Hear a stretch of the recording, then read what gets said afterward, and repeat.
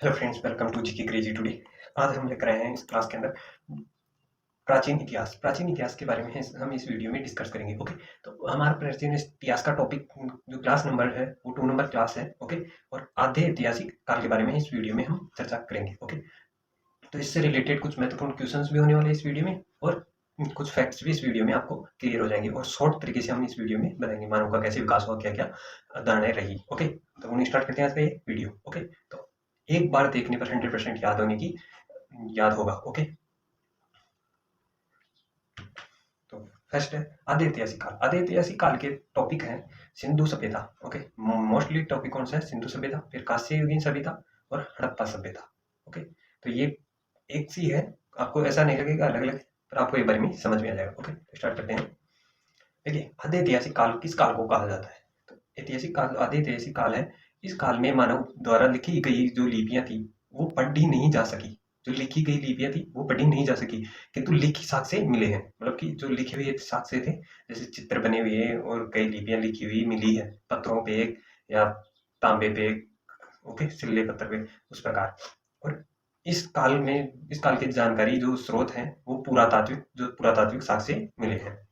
इससे इसमें सिंधु सभ्यता रखते हैं, मतलब कि इस इन जो ये जो मिले हैं इनको सिंधु सभ्यता में रखते हैं। ओके, सिंधु सभ्यता को देखा जाए तो ये सिंधु नदी जो है उसके तट पर बसी हुई है, इसलिए इसके साक्ष्य कहाँ मिलते हैं सबसे ज्यादा? तो सिंधु घाटी सभ्यता पे। तो इसलिए इसे सिंधु सभ्यता कहते हैं। इसी इसकी जानकारी के लिए पहली बार खुदाई जो हड़प्पा की खुदाई की गई थी, जो हड़प्पा में हुई थी, मतलब कि पहली खुदाई जो हुई थी वो कहाँ हुई थी? हड़प्पा में। तो इसलिए अतः इसे हड़प्पा सभ्यता भी कहा जाता है, क्योंकि हड़प्पा जो जगह थी उसका नाम था हड़प्पा, खुदाई हुई थी उस जगह का नाम था हड़प्पा, इसलिए हड़प्पा कहा जाता है। सिंधु सभ्यता की जानकारी चार्ल्स मेसन ने दिया था। सिंधु सभ्यता की जो सर्वेक्षण जेम्स कनिंघम ने किया था। जेम्स कनिंघम में वो इसका सर्वेक्षण जो मतलब की जानकारी तो किन्होंने दी? चार्ल्स मेसन ने। उसके बाद उन्होंने आके जांच किया कि ये बात रियल है या नहीं। सिंधु सभ्यता 13 लाख वर्ग किलोमीटर में फैली हुई है। ओके,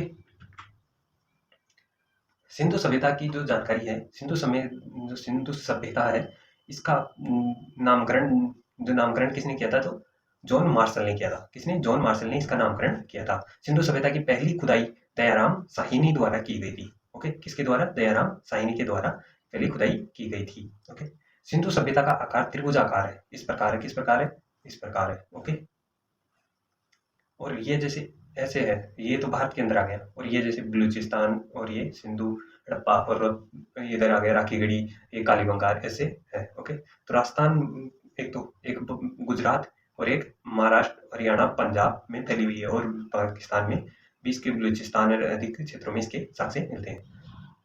ओके, त्रिभुजाकार इसकी आकृति है। सिंधु सभ्यता विश्व की सबसे पहली शहरीय सभ्यता थी, मतलब कि शहरीय जो सभ्यता थी वो सबसे पहली सभ्यता कौन सी थी? सिंधु सभ्यता। इसके जो इसका विकास है, जो कार्बनिक तौर पे देखा जाता है, तो वो 2500 ईसा पूर्व से लेके 1750 ईसा पूर्व तक था। ओके, आगे चलते हैं। सिंधु सभ्यता के प्रमुख स्थल। ओके, हड़प्पा। ओके, हड़प्पा जो जगह है वहां पे खुदाई की गई, किसके द्वारा? दयाराम साहिनी के द्वारा। तो यह रावी नदी के तट पर पाकिस्तान के अंदर माउंट माउंट गोमरी जो जिला है उसमें स्थित है। ओके, तो ये प्रमुख वस्तुएं मिली वहां से। श्रमिक आवास था वो मिला। मात्र देवी की मूर्ति मिली। ओके, लकड़ी की ओखली, जो ओखली होती है ना, इस प्रकार ओखली भी मिली। ओके, और लकड़ी का ताबूत होता है जिस प्रकार ऐसे, जिसके अंदर कुछ इंपॉर्टेंट सामान जैसे ज्वेलरी एंड अधिक सामान रखते हैं, तो वो ताबूत मिला है, वो बक्सा जिसे बोलते हैं। ओके, RH-37 कब्रिस्तान, मतलब कि कब्रिस्तान मिला है व्यक्ति का, दफनाया हुआ कब्रिस्तान। हाथी के कपाल, मतलब सिर का कपाल होता है जो वो स्ट्रॉन्ग होता है, इसलिए वो गल नहीं पाया, इसलिए वो उसका साक्ष्य मिला है। और स्वास्तिक चिन्ह किसे बोला जाता है? जैसे इस प्रकार का होता है ना। ओके, ये क्या है? स्वास्तिक चिन्ह, जिसे साटा भी बोला जाता है। ओके, स्वास्तिक चिन्ह भी मिला है।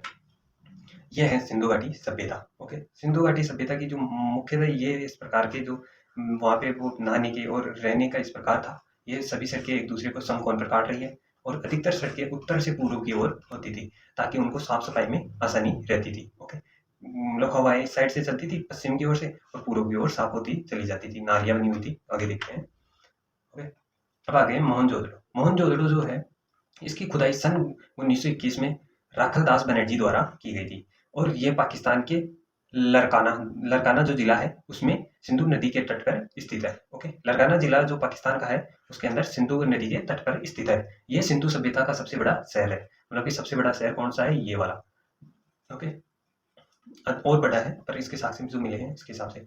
और यहाँ मृतकों का एक बहुत बड़ा टीला मिला है, जिस जो टीला ये दिख रहा है ना यहाँ पे मृतक लोग जो मरे हुए हैं उनको दफनाने का एक टीला मिला है। ओके, मृतकों का टीला बोला जाता है उसे। ओके, और यहाँ पे मिले हैं जो घर के कुआ, घर जो घर था उनमें कुएं मिले हैं। जैसे ये घर बना हुआ है, ये रोड है और घर यहाँ बना हुआ है और यहाँ कुआ है घर में। ओके, घर के आंगन में विशाल स्नानागार, मतलब कि बड़े बड़े नहाने के स्नानागार बने हुए हैं। अन्नागार मतलब अनाज रखने के लिए बड़े बड़े बड़े अन्नागार मिले। सूती वस्त्र के साथ से मिले। कांसे की नर्तक करती हुई मूर्ति, जो कांसे है उसकी नर्तक करती हुई मूर्ति एक महिला के द्वारा नृत्य करती हुई मूर्ति मिली है, जैसे नटराज की मूर्ति भी देखते हैं अपन उस प्रकार। तांबे का ढेर, जो तांबा था उसका ढेर भी यहाँ मिलता है। ओके, आगे देखते हैं। अगला है मोहनजोदड़ो का नगर सिंधु सभ्यता का सबसे बड़ा भवन माना जाता है, इमारत है जो सिंधु घाटी सभ्यता की सबसे बड़ी इमारत कौन सी है, तो ये अनागार है, अनागार। ओके, चमुदड़ो। चमुदड़ो 1931 में इसकी खुदाई मिला इसका साक्ष्य गोपालदास मजूमदार ने इसकी खुदाई करवाई और पाकिस्तान के सिंधु नदी के तट पर स्थित है। ओके, यहीं पर एकमात्र शहर जो दुर्ग रहित है, यही शहर है जो दुर्ग से रहित है, मतलब यहाँ दुर्ग नहीं मिला है और वैसे ही इसका विकास हुआ मिला है। ये एक औद्योगिक शहर था, मतलब उद्योग धंधों के लिए जिस प्रकार अभी इंडस्ट्री लगाते हैं उसी प्रकार ये शहर था। इसके अंदर कांस्य का और जैसे तांबे का और अन्य मनके बनाने का कई कार्य किए जाते थे। मेकअप सामग्री मिली है यहाँ, मेकअप की जो मेकअप होता है मुंह पे लगाने वाला उसकी सामग्री मिली है। एक लिपस्टिक जो होठों पे लगाई जाती है, लाल लाल लिपस्टिक, वो मिली है। शीशा मिला है जो आईना जिसे दर्पण भी बोला जाता है। शीशा तो धातु है वैसे पर। ओके, मनका यानी मनका जैसे छोटे छोटे बर्तन होते हैं ना उनको मनका बोला जाता है। ओके, गुड़िया जो छोटे छोटे खिलौने। सुई जो कि खाड़ा खोदने जैसे कपड़े सीने के लिए यूज होती है। अलंकृत ईंट, जो ईंटें होती थी बड़ी बड़ी पकाई हुई उनको अलंकृत ईंटें बोली जाती थी। बिल्ली का पीछा करते हुए कुत्ते का पाँव के निशान, जैसे यहाँ पे जगह थी तो वहां पे पाँव निशान दिखे हैं कुत्ते के पीछे बिल्ली का पीछा करते हुए। ओके, अब आगे देखते हैं अपना अगला पॉइंट। ओके, अगला पॉइंट है रोपड़। रोपड़ 1953 में इसकी स्थापना हुई। इसकी खुदाई यज्ञदत्त शर्मा द्वारा 1953 में की गई। पंजाब के जो सतलज नदी के किनारे स्थित है और यहाँ मानव के साथ साथ उसके पालतू कुत्ते का भी शव मिला है, मतलब कि दफनाया गया पालतू, जैसे ये व्यक्ति है। ओके, और इसके पास ही कुत्ते का भी साथ से मिल गया। ओके, तो इस प्रकार नोट दिया गया है। ऐसा जो शव नव पाषाण काल के जम्मू कश्मीर के बुर्जिल होम में भी मिला है, मतलब कि ऐसे जो नव पाषाण काल का जो शव है वो भी इस प्रकार ही मिला है। ओके, अगला है बनिहाली की खुदाई रविंदर सिंह ने की थी और ये हरियाणा में स्थित है और इसके समीप रंगाई नदी है वो भी स्थित है। यहाँ जल की निकासी की व्यवस्था नहीं थी, इसलिए घरों में सोताल मिलता है। सोताल का नहीं, जड़े हुए और पानी भरा हुआ ऐसा मिलता है खराब। यहाँ की सड़कें टेढ़ी मेढ़ी थी, मतलब कि एक सिंधु घाटी की सभ्यता का एक ही जगह मिली जहाँ सड़कें टेढ़ी मेढ़ी मिली है। ओके, अगली है कालीबंगा। इसका अर्थ होता है कि काली मिट्टी की चूड़ियां, जैसे मिट्टी की जो चूड़ियां होती है काली मिट्टी की, उसका नाम काली मिट्टी चूड़ियां बोलते हैं, जैसे कालीबंगा का इसका नाम पड़ा। यहाँ से अलंकृत ईंटें, चूड़ी, जूता हुआ खेत होते हैं ना जो जिसके अंदर फसल बोई हुई थी, एवं हवन कुंड मिले हैं, जैसे हवन करते हुए कुंड भी मिले हैं। ओके, क्या मिले, हवन करते हुए कुंड भी मिले हैं। यह राजस्थान की सरस्वती नदी जो गगन नदी के नाम से जाना जाता है, नदी के किनारे स्थित है। और ये कौन कौन से जिले, राजस्थान के कौन कौन से जिले में, हनुमानगढ़ और गंगानगर के पास है। ओके, आगे है, अगली देखते हैं धोलावीरा। धोलावीरा ये गुजरात में स्थित है। धोलावीरा जो अभी विश्व धरोहर के अंदर इसे शामिल कर लिया गया है। ये विश्व जो सिंधु सभ्यता का सबसे बड़ा स्थल है। सिंधु सभ्यता का सबसे बड़ा स्थल है। इसकी खुदाई रविंदर सिंह ने करवाई थी। इसकी भी खुदाई किसने करवाई थी? रविंदर सिंह ने करवाई थी। सूत कोतडो, इसका जो यह गुजरात में स्थित है, ये भी गुजरात में स्थित है। यहाँ से कलश व समाधान तथा घोड़े की हड्डियां मिली है। कलश, समाधान और जो घोड़े की हड्डियां मिली है। यहाँ से गोदीवाड़ा, गोदीवाड़ा का मतलब होता है बंदरगाह। ओके, बंदर,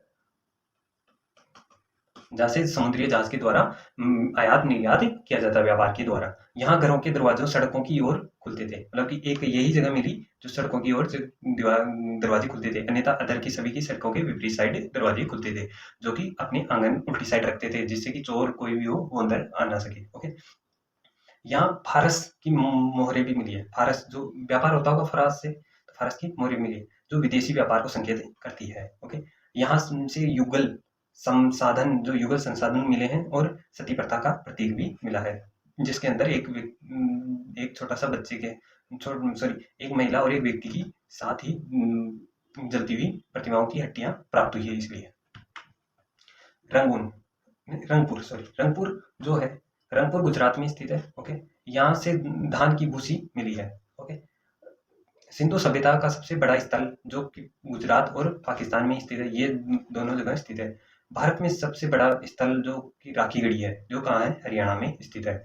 और सिंधु सभ्यता का सबसे बड़ा शहर मोहनजोदड़ो है। ओके, सिंधु घाटी सभ्यता का सबसे बड़ा शहर कौन सा है? मोहनजोदड़ो है। ओके,